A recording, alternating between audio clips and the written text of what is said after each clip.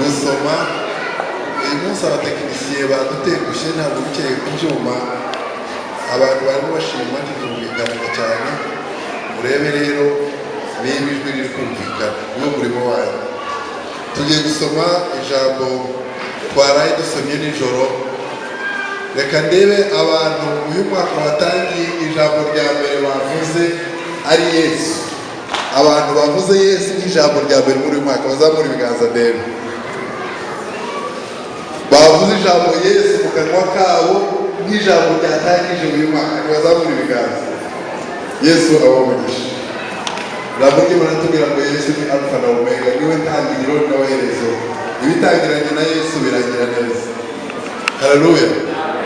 Rero uyu mwaka ni uwa Yesu, twatangiranye na Yesu, n'ibindi bizajya biza byose icyo tubwira Yesu tuti burya niwe twatangiranye, n'ubu turacyari kumwe.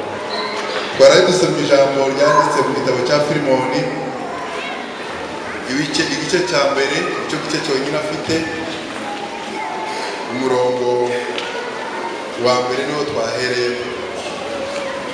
Ndagira ngo mugufashe rwose kubwiriza kuko ntabwo ndi kumva abantu bari inyuma, simpamye ko bari kumva neza.